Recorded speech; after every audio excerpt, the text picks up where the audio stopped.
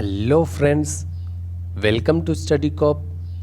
आज है 23 अगस्त और आज हम पढ़ने वाले हैं 22 और 23 अगस्त के मोस्ट इम्पोर्टेंट करंट अफेयर्स के क्वेश्चन तथा हर क्वेश्चन के साथ जो है हम इम्पोर्टेंट फैक्ट्स भी देखने वाले हैं जो काफ़ी महत्वपूर्ण रहने वाले हैं एग्जाम बेस के लिए।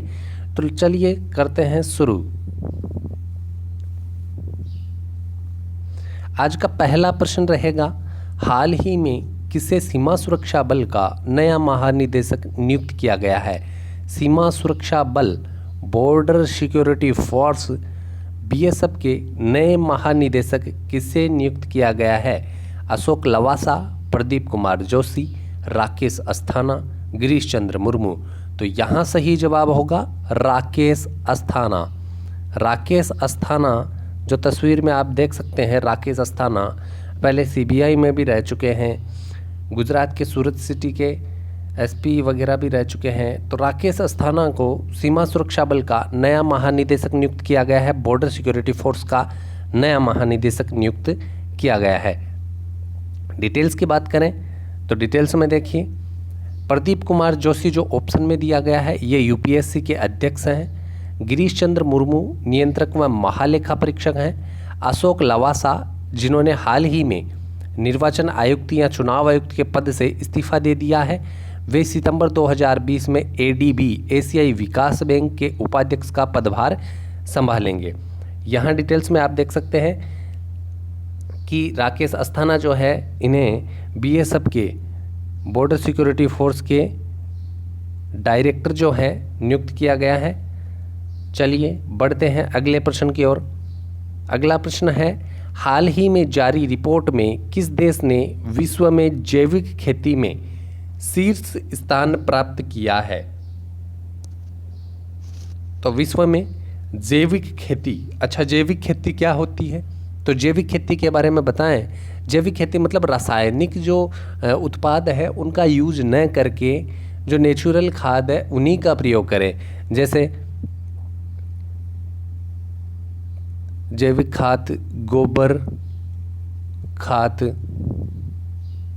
खाद व सड़े गले फूल पत्तियां वगैरह जो है इनकी खाद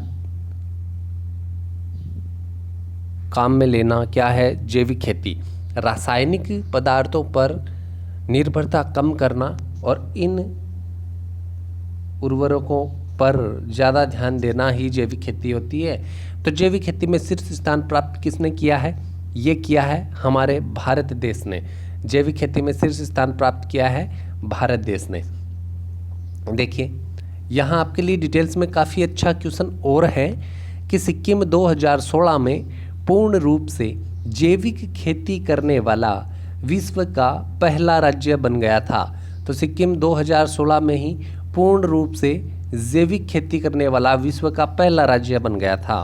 पूछे विश्व का पहला राज्य जो पूर्ण रूप से जैविक खेती करने वाला बना तो कौन सा बना, सिक्किम 2016 में। भारत में सबसे ज़्यादा है जैविक किसान और विश्व में जैविक खेती का 9वां सबसे बड़ा क्षेत्रफल। तो जैविक खेती में तो मिला है। आगे देखिए, भारत को जैविक किसानों के मामले में पहले स्थान पर और जैविक खेती के तहत क्षेत्र के लिए 9वें स्थान पर रखा गया है। तो क्षेत्रफल मतलब कितने विश्व में सबसे ज़्यादा किस देश में क्षेत्रफल पर जो है जैविक खेती, सबसे ज़्यादा क्षेत्रफल पर जैविक खेती की जा रही है, तो उस क्षेत्रफल के मामले में भारत रहा है 90वें स्थान पर, जबकि किसानों के मामले में रहा है पहले स्थान पर। काफ़ी अच्छा क्वेश्चन है, एग्जाम में आने के चांसेज हैं, मोस्ट इम्पोर्टेंट है, याद रखिएगा। आगे बात करते हैं। हाल ही में ईरान ने एक नई क्रूज मिसाइल का सफल परीक्षण किया है। इस मिसाइल का नामकरण इसका नामकरण सेना के किस शहीद जनरल के नाम पर किया गया है। तो सेना के जनरल थे जो शहीद हो गए थे, उन्हीं के नाम पर इस क्रूज मिसाइल का नामकरण किया गया है। तो वो कौन है, कासिम सुलेमानी, अबू महूदी, अनवर अन्ना, हसन एहसानानी। तो कौन है वो है कासिम सुलेमानी। पिछले महीनों में आपने सुना होगा कि अमेरिका और ईरान के बीच जो है संबंध काफ़ी तनावपूर्ण हो गए थे, क्योंकि ईरान ने दावा किया था कि उनके सर्वोच्च सेना के सर्वोच्च कमांडर कासिम सुलेमानी का ड्रोन से वध कर दिया गया है, मतलब ड्रोन से हत्या कर दी गई है। इराक जो देश है उसमें कासिम सुलेमानी की हत्या कर दी गई, किसके द्वारा? अमेरिका के द्वारा। इसके बाद दोनों देशों में जो है काफ़ी तनावपूर्ण माहौल रहा था और दोनों देशों ने मध्यस्थता करने के लिए अपने प्यारे भारत को, मतलब हमें भारत को इनवाइट किया था शांति व्यवस्था कायम करने के लिए, संबंध वापस से ठीक करवाने के लिए। तो इन दोनों की लड़ाई में भारत ने मध्यस्थता करी थी। तस्वीर में आप देख सकते हैं कि ईरान है, उसकी स्थिति कहाँ है? तो ये भारत है, ये पाकिस्तान है और ये है ईरान। ये बीच में आपके अफ़गानिस्तान आ गया, ठीक है, ये कजाकिस्तान है। तो ये जो है ये सऊदी अरेबिया। तो ये आप देख सकते हैं ईरान की स्थिति अपने विश्व के संदर्भ में। तो यहाँ देखिए ईरान की राजधानी है तेहरान, मुद्रा ईरानी रियाल, राष्ट्रपति हसन रूहानी और महाद्वीप कौन सा है? एशिया महाद्वीप है। तो कासिम सुलेमानी के नाम पर उन्होंने, ईरान ने क्रूज मिसाइल का सफल परीक्षण किया है, उसका नाम रखा है कासिम सुलेमानी के नाम पर। यहाँ एक चीज़ आती है, एक होती है क्रूज मिसाइल और कहीं कहीं आपको मिलता है बैलिस्टिक मिसाइल, क्रूज और बैलिस्टिक मिसाइल। तो ये दो प्रकार की मिसाइल्स हैं। इनमें क्या है? इनमें देखिए क्रूज मिसाइल क्या है? क्रूज मिसाइल जो है, जैसे ये मिसाइल है और ये टारगेट है। तो क्रूज मिसाइल क्या करती है? क्रूज मिसाइल ज़मीन के या टारगेट के समानांतर चलकर उसे क्या करती है? टारगेट करती है, उसे ध्वस्त करती है। जबकि बैलिस्टिक मिसाइल जो है वो क्या करती है? ये अपना टारगेट है, ये पहले तो जाएगी हवा में और हवा से वापस लौट कर क्या करेगी? हवा से वापस लौटकर इस टारगेट को ध्वस्त करेगी। तो ये तो है बैलिस्टिक और ये क्या है? ये है क्रूज, ठीक है। एक सैन्य मिसाइल भी होती है, वो क्या करती है? सैन्य मिसाइल जैसे ये है और ये टारगेट है, तो ये क्या करती है? हवा में जाती है और टारगेट को वहीं हवा में ही मार डालती है, ठीक है। तो इनमें सबसे बेस्ट मिसाइल जो है वो किसको माना गया है? क्रूज मिसाइल को माना गया है, क्योंकि ये रडार के क्षेत्र में नहीं आती, रडार की पकड़ में नहीं आती और अपने टारगेट तक चली जाती है, ठीक है। चलिए बढ़ते हैं अगले प्रश्न की ओर। अगला प्रश्न है, चीन का मुकाबला करने के लिए हाल ही में किन देशों के समूह ने सप्लाई चेन रिसाइलेंस इनिशिएटिव शुरू किया है? तो चीन का मुकाबला करने के लिए शुरू किया गया सप्लाई चेन SCRI किन देशों के द्वारा शुरू किया गया है?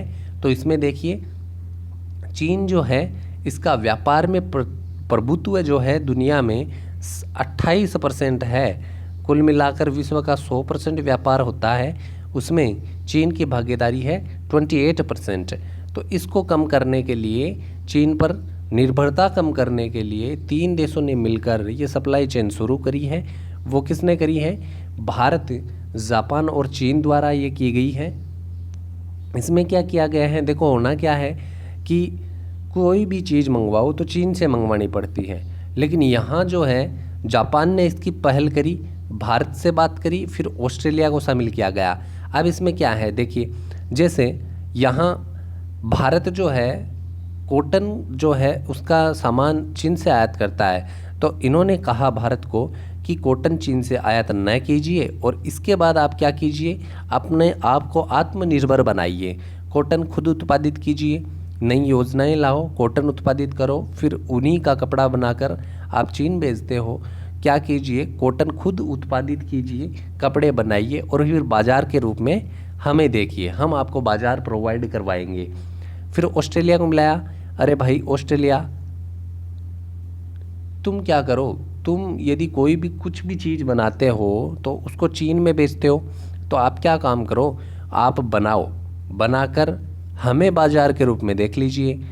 फिर यदि आपको टेक्नोलॉजी चाहिए, भारत जैसे कॉटन कोई भी माल उत्पादित करता है, कच्चा माल यहाँ से खरीदो, चीन की बजाय यहाँ से खरीदो और फिर बाज़ार में भी यहीं पे बेच दो, ठीक है। और यदि आपको टेक्नोलॉजी चाहिए तो आप हमसे ले लीजिए। तो मतलब तीनों मिलकर जो है चीन पर निर्भरता कम करना चाहते हैं। तो ये सप्लाई चेन भारत, जापान और ऑस्ट्रेलिया के द्वारा शुरू की गई है।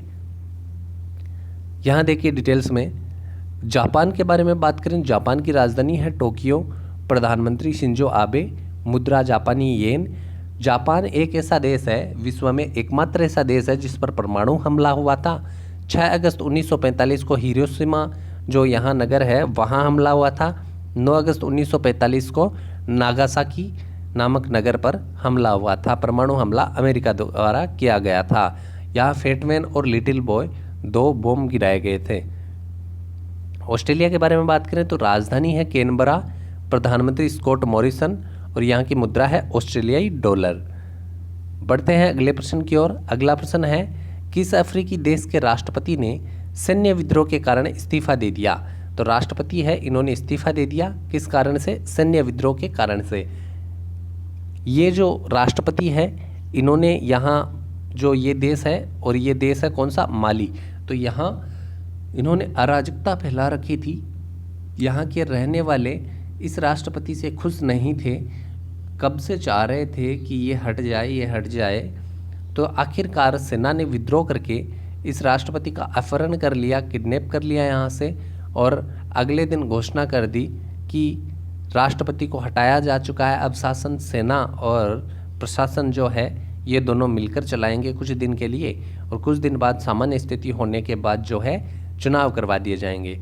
तो ये खबर पता चलते ही यहाँ की जनता जो है वो सड़कों पर आ गई, विरोध करने के लिए नहीं, प्रदर्शन करने के लिए नहीं, बल्कि खुशियाँ मनाने के लिए।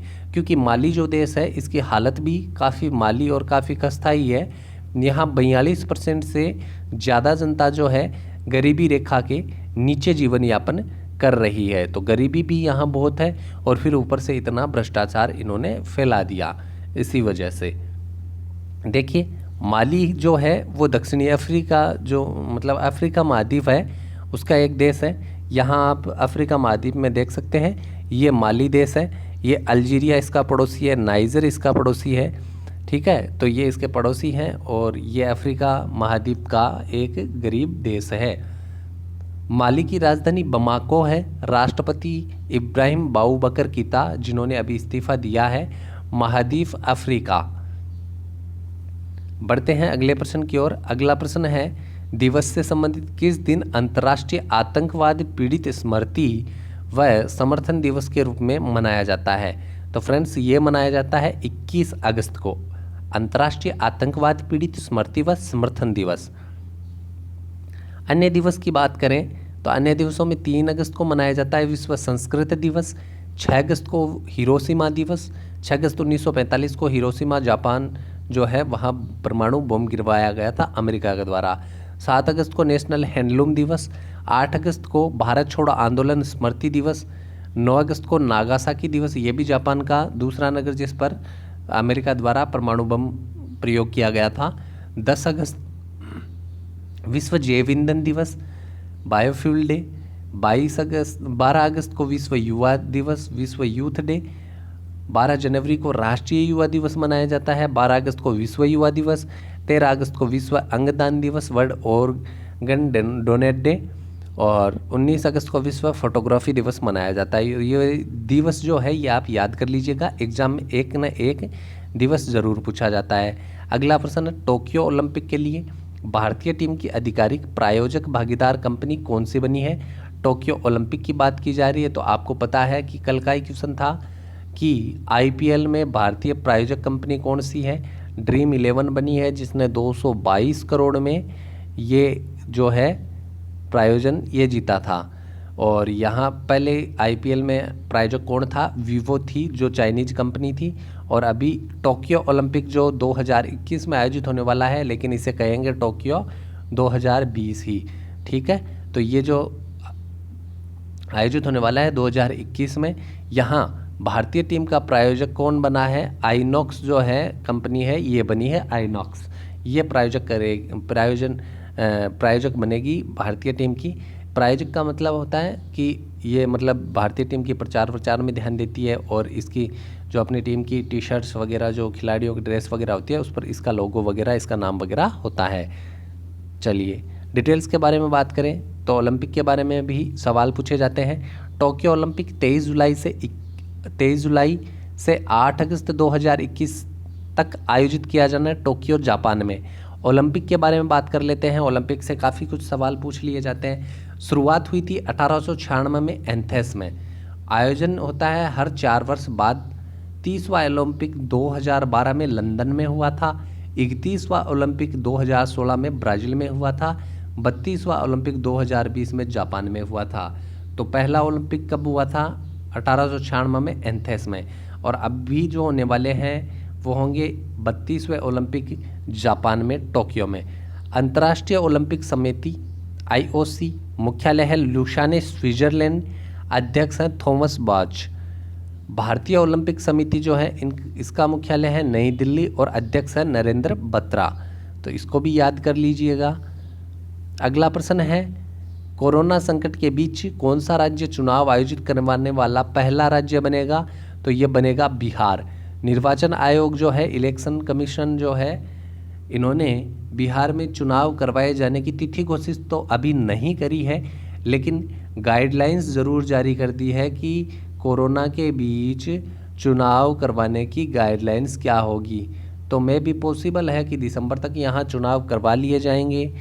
बढ़ते हैं डिटेल्स की ओर। डिटेल्स में देखिए, चुनाव आयोग द्वारा बिहार में चुनाव के समय कोरोना संबंधित गाइडलाइन जारी कर दी गई है। इसमें जब आप वोट करने जाएंगे तो आपको वहाँ दस्ताने मिलेंगे, दस्ताने पहनकर जाना है, मुंह पे मास्क लगा के जाना है, वगैरह वगैरह सब। बिहार की राजधानी पटना। राज्यपाल फागू चौहान, मुख्यमंत्री नीतीश कुमार। यहाँ राष्ट्रीय उद्यान है वाल्मीकि। विधानसभा सीटें यहाँ की 243 है। विधान परिषद सीटें 75 है। लोकसभा सीटें 40 हैं। राज्यसभा सीटें 16 है। द्विसदनात्मक व्यवस्था कुल 6 राज्यों में है, आंध्र प्रदेश, कर्नाटक, महाराष्ट्र, तेलंगाना, उत्तर प्रदेश और बिहार। तो अंधा करे नाटक, एक ट्रिक बताई थी मैंने पहले, अंधा करे नाटक, महान का खाओ तेल, उतर जाएगी हार। ठीक है, तो ये कुल 6 राज्यों में द्विसदनात्मक व्यवस्था लागू की गई है। हाल ही में सद्भावना दिवस मनाया गया। यह भारत के किस पूर्व प्रधानमंत्री की याद में मनाया जाता है? राजीव गांधी, अटल बिहारी वाजपेयी, इंदिरा गांधी, मोरारजी देसाई। तो सद्भावना दिवस मनाया जाता है राजीव गांधी के जन्म दिवस के उपलक्ष्य में। अटल बिहारी वाजपेयी के उपलक्ष्य में क्या मनाते हैं? सद्भावना दिवस। सद्भावना दिवस नहीं, सुशासन दिवस। कौन सा दिवस है? सुशासन दिवस। तो सुशासन दिवस किससे रिलेटेड है? सुशासन दिवस है अटल बिहारी वाजपेयी से संबंधित, और सद्भावना दिवस संबंधित है राजीव गांधी से संबंधित। डिटेल्स की बात करें तो डिटेल्स में देखिए, राजीव गांधी की जयंती के उपलक्ष्य में हर साल 20 अगस्त को सद्भावना दिवस मनाया जाता है। राजीव गांधी भारत के सबसे युवा प्रधानमंत्री थे और इन्हीं के समय 10+2+3 की शिक्षा पद्धति इन्हीं के कार्यकाल में लागू की गई थी। ठीक है, जो अभी चेंज की जा रही है। तो राजीव गांधी जो है, इनका जन्म 1944 में हुआ था, 20 अगस्त 1944 को। तो इनके जन्मदिन के उपलक्ष्य में सद्भावना दिवस मनाया जाता है।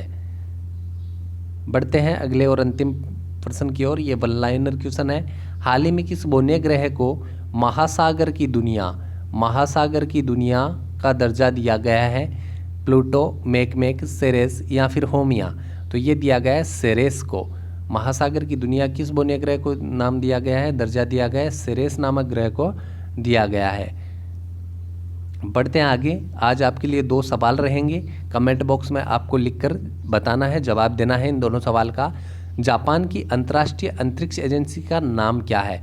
तो जापान की अंतर्राष्ट्रीय अंतरिक्ष एजेंसी का नाम बताना है। जिस प्रकार से भारत की अंतर्राष्ट्रीय अंतरिक्ष एजेंसी का नाम क्या है? ISRO, Indian space research organisation, जिसका मुख्यालय बेंगलुरु में है तथा जिसके चीफ जो है के सिवन है। तो जापान की अंतरिक्ष एजेंसी का नाम क्या है ये बताना है, और रूस की अंतरिक्ष एजेंसी का नाम क्या है ये आपको कमेंट बॉक्स में ज़रूर बताना है। तो इन दोनों सवाल का जवाब दीजिएगा कमेंट बॉक्स में। और फ्रेंड्स, यदि आपने अभी तक आपके अपने इस चैनल को सब्सक्राइब नहीं किया है तो फर्स्ट ऑफ ऑल सब्सक्राइब जरूर कर लीजिएगा। वीडियो को लाइक करना न भूलें और अपने दोस्तों के साथ ज़्यादा से ज़्यादा शेयर ज़रूर कीजिएगा।